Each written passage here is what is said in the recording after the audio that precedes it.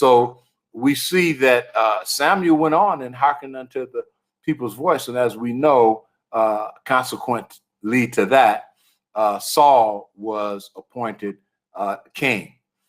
So in knowing that was not God's way, that was not God's desire, is for the people to have a king, we see how sometimes man will appoint man to rule over himself instead of hearkening to the direction and to the leading of the Lord. So that kind of sets the preface for our discussion tonight. So let's talk about a little bit about, since we see that was not a godlike ascension to leadership, let's talk about some of the pitfalls and some of the correct ways for ascension to leadership. I'm going to turn it over to you, Bishop Brannon. Good evening. How are you, sir?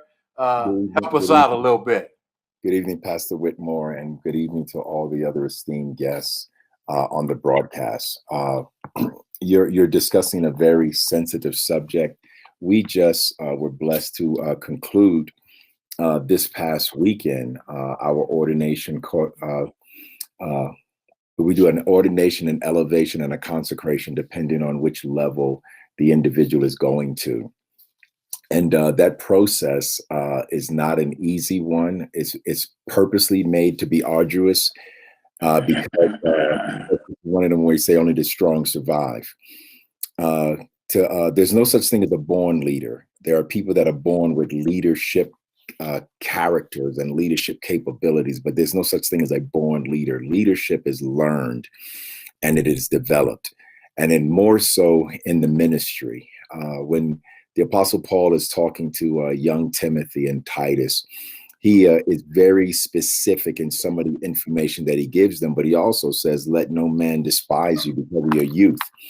And I was called into ministry. I was 9 years old when I was called into ministry. I remember I was made the preacher for the youth at 11 years old. And I wish that my testimony, that I stayed faithful to the call all my life, but that's not my testimony.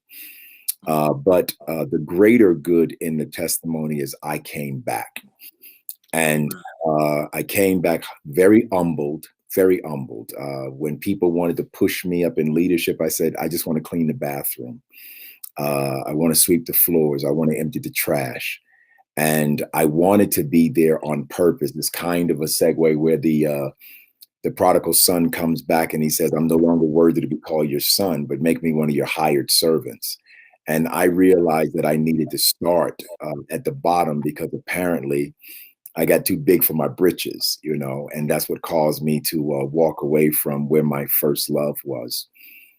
But when we do our ordinations and elevations, Pastor Whitmore, they have to wait from one convocation all the way to the next. And so two of the bishops just said to me last night before leaving, Bishop, my people were never done like this, and they want to be done this way.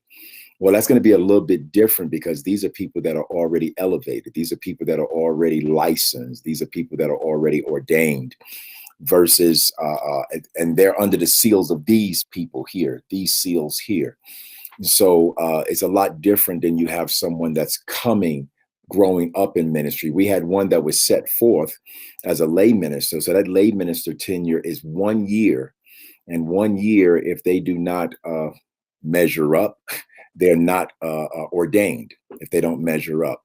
And then they will go through a ministry review board at the end of that year, which is literally right before the day of the ordination ceremony. So if he or she doesn't measure up, I have no problem in saying next year, because it's very important that it's done right, it's done timely. The Apostle Paul says, let no man lay hands on you suddenly. And that is within ordaining people. Okay? So just because somebody says, hey, you're a preacher, doesn't mean we should order a person step in that direction if they're not ready for it. I know it's a very long answer, but